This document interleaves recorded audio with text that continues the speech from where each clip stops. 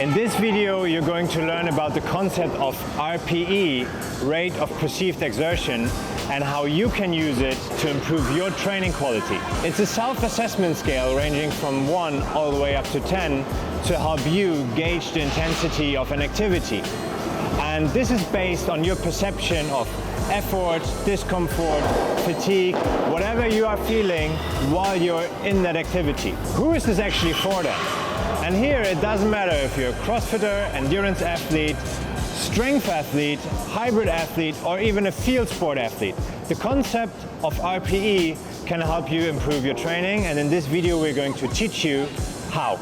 Basically, we are thinking that it's one of the best integrative metrics you can use for your training. It incorporates environmental aspects, physiological aspects, and also psychological aspects. Environmental conditions, for example, are heat, humidity, elevation, maybe there's wind conditions that you're working against, and all of these influence how your body is working in that certain environment. And with RPE, you're always able to adjust the level of effort to these certain conditions. Now, there are also different physiological states your body can be in, and this has to do with fatigue, muscle soreness, hydration levels. All of these can influence what your actual performance is going to look like.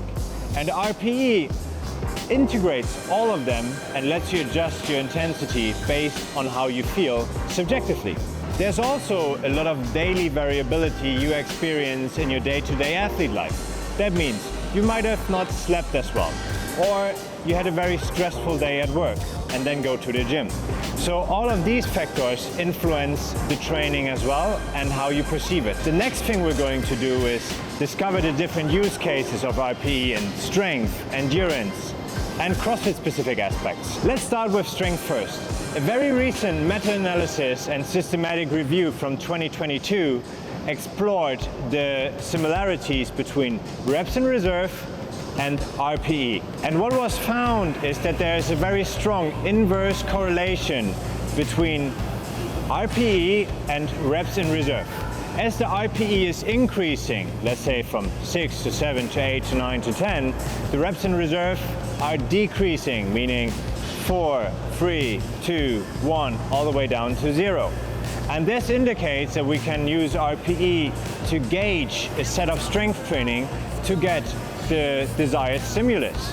So for example, let's say in your training program it says you should do 4 sets of strict handstand push-ups for maximum reps, but you keep 2 reps in reserve on every single set.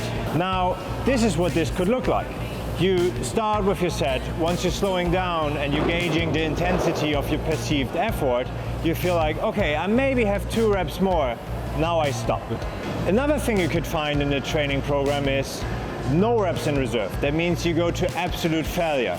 This means complete, absolute RPE 10. So you just continue until you can't do another rep. Now, this is one of the potential limitations of RPE. If you don't have the necessary experience, you will not be able to get the most out of it. But we will give you some examples later how to train your ability to gauge the perceived level of exertion. Now let's move over to the endurance side. A recent meta-analysis from 2022 titled Internal Training Loads Perceived by Athletes, Planned by Coaches investigated the relationship between the intended stimulus by the coaches and the perceived effort levels of the athletes. It found significant correlations between the intended stimulus by the coaches and the perceived effort by the athletes. So what was found was that RPE is not just very valid in monitoring endurance training intensity, but that it also correlates with other metrics that we're usually using in sports, meaning heart rate, blood lactate levels, power, and everything you can think of. It is also important to note that the concept of RPE might be used differently, meaning certain numbers might be attached to different effort levels. But what we're going to go over now is how we use these numbers. Let's start at 0. 0 would basically mean no exertion at all. That would be comparable to sitting or lying down. 1 to 2 would be very easy activity. This would be walking at a relatively slow pace, so you don't really perceive anything physical. If we go up to 3 to 4, it would be easy but sustainable for a very long time. That could be a warm-up or a very easy activity. 5 to 6, now we're at like a moderate, steady state, sustainable endurance activity. This is what a lot of people are referring to as zone 2 cardio. 7, this is a rather challenging but maintainable pace as a description. 15-minute plus continuous workout or longer intervals that you're doing. Let's say you're doing multiple 10-minute intervals. Next would be 8. This is something we would describe as challenging but maintainable. Short to moderate length interval or a 10 to 15-minute all-out workout. 9, this is very challenging but rather difficult to maintain. Challenging intervals of any duration, especially on the shorter side, or a very short singular workout or like a singular effort. Once we arrive at 10, it's basically maximal effort, all-out sprint, unsustainable. So right from the get-go, you know you won't be able to hold on for very long. Now let's dive into some practical examples of how we would use RPE in the program. Let's say we want to do threshold rowing intervals. So what you would find for that in our programming is 4 rounds, 4 minutes of rowing, 2 minutes of rowing, and the 4 minutes will be done at RPE 7 to 8, which defines our threshold pace. And then the 2 minutes would be an active recovery done at an RPE of 3 to 4. Another session could be a 40-minute continuous run where you're trying to stay at an RPE of 5 to 6. So if we go back to our table, this means we're at a steady state pace that we can hold without deviating from it for that particular time. Let's stay with the 40-minute run example. One of the potential limitations of RPE is that it is a one-dimensional metric, meaning it's a snapshot of a very particular point in time. Let's say you ask me, hey Chris, how are you feeling right now? And I would say 20 minutes into my run, this is maybe an RPE of 5. But does this actually mean it's going to be an RPE of 5 in another 20 minutes? So this is where the concept of session RPE or two-dimensional RPE comes into play. Here we are just adding a temporal component to RPE. We're doing the 40-minute run. You should stay at an RPE of 5 to 6. Does that mean you start at an RPE of 6? Probably not, because the first couple of minutes your body still needs to adapt and find its way into the activity, so your heart rate is slowly going to rise, and other physiological measurements as well.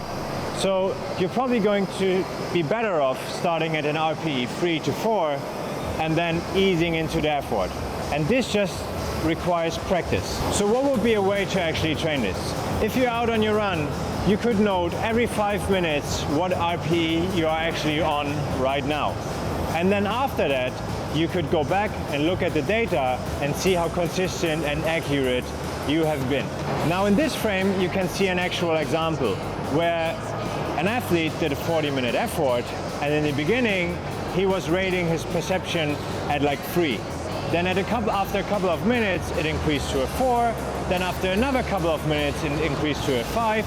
And then after another couple of minutes, we were at a 6. And then at a certain point, the intensity got so high that it went up all the way to a 7.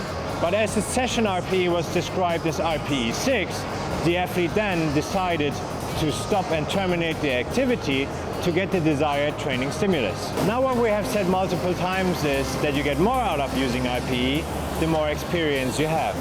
So here's another way you could train it.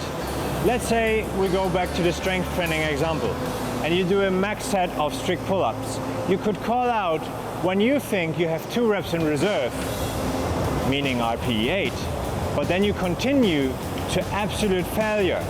And then you can go back and look if this actually matches up or if you would have had more reps into failure. And that way you can adjust your perception and learn more about your body and yourself during training. Let's sum up the advantages. The biggest one is the accessibility. There is no equipment needed for you to use RPE. It can be used across a broad range of different activities. And finally, it's the aspect of individualization. RPE allows you to accurately adjust the training intensity to the given scenario you are in. Keep in mind though that there's a learning curve attached to it. The more experience you have using it, the better you will get and the better the results are you will be able to achieve. We use RPE in our training all of the time. If you're interested, check it out down below. This is everything you need to know of RPE. If you have any questions, ask them down below and see you in the next one.